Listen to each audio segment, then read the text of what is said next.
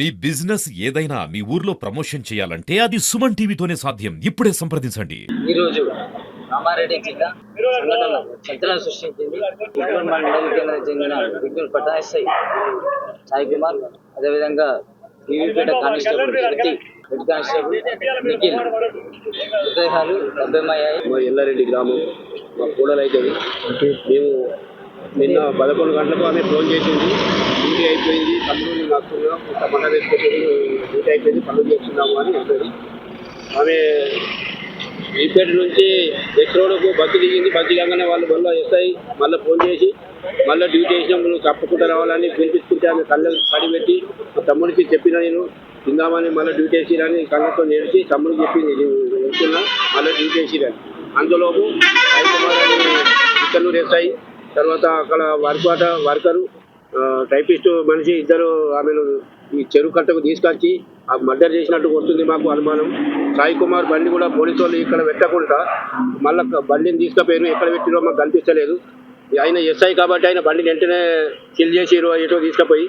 అదే సామాన్యుడి అయితే బండి ఈయనే ఉంటుండే, సామాన్యుడు కాబట్టి ఆయన బండిని తీసుకుపోయారని మాకు అనిపిస్తుంది.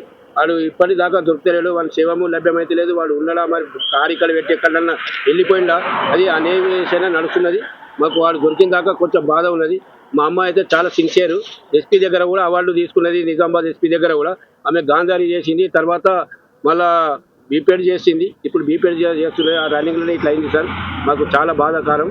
ఇటువంటి లేడీస్ పోలీసు వాళ్ళు ఇట్లా చేసుడు ఎంతవరకు న్యాయం? ఇది రాష్ట్ర లెవెల్లో చాలా ఇది హోంశాఖ మంత్రి కూడా ఇది చర్యపరచాలి. హోంశాఖకు చెప్తే కూడా కొంచెం లేడీస్ కానిస్టేబుల్ మళ్ళీ కొత్తలను కూడా ఇస్తున్నారు. వాళ్ళకు ఇది లేకపోతే ఎట్లా అనేది చాలా విరుద్ధం. ఇది ప్రభుత్వం తరఫున ఆమెకు సాయం పడాలా ఏంది అనేది చెప్పాలని మేము కోరుతున్నాం సార్.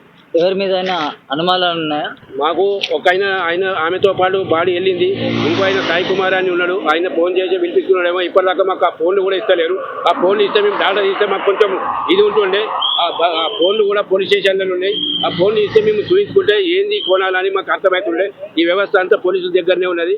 ఇంకా కొద్ది గంటలలో మాకు తెలుస్తుంది అని అనిపిస్తున్నది. వాళ్ళు పరాల్లో ఉన్నాడా, అలా శివమై ఉన్నాడా, గాలింపు చర్యలు నడుస్తున్నాయి. కాబట్టి ఇంకో గంట 2 గంటలలో మాకు ఏదో ఒకటి తెలుస్తుంది అని అనిపిస్తుంది. మీకు ఎవరు సమాచారం అందించారు? ఈ సమాచారము మాకు నిన్న ఆమెనే ఫోన్ చేసింది. ఆమె ఫోన్ చేస్తే దేవునిపల్లి పోలీసు వాళ్ళు ఇట్లా మీ అమ్మాయిది ఫోన్ దొరికింది చెరుకట్ట మీద అని దేవునిపల్లి పోలీసు వాళ్ళు ఫోన్ చేస్తే మేము వచ్చినాం సార్. ఎన్ని గంటల ప్రాంతం? వాళ్ళు 5:30 గంటలకు చెప్పారు. 5 గంటలన్నర చెప్పగానే మేము ఇక్కడికి 7 గంటలకు వచ్చినాం సార్. అప్పటికే ఇక్కడ పోలీస్ వ్యవస్థ ఫుల్ కట్టుదిట్టం చేసింది. మా వాళ్ళని కూడా బాడీల దగ్గరికి పోదామంటే కూడా ఫోన్ చేయకుండా ఇబ్బంది పెట్టారు. మేము బతుకులాడి పోయినాం సార్. బాడీలు గవర్నమెంట్ హాస్పిటల్ వేసారు, అందులో ఉన్నాయి. ఎస్ఐ గారు అందుబాటులో లేరంటున్నారు. ఎస్ఐ అందుబాటులో లేరు. 5 కోసం గాలింపు చర్యలు నడుస్తున్నాయి. ఇది ఎంత తొందరగా చేస్తే ఎస్పీ గారికి ధన్యవాదాలు. అంత ఇది మీరు కూడా ఒక లేడీస్ ఉన్నారు ఎస్పీ గారు. ఇటువంటి పనులకు మీకు చాలా బాధాకరం. మీరు ఆలోచించవలసిన నిర్ణయం తీసుకోండి. సామాన్యులకు చాలా ముందట ఉండి నడవండి.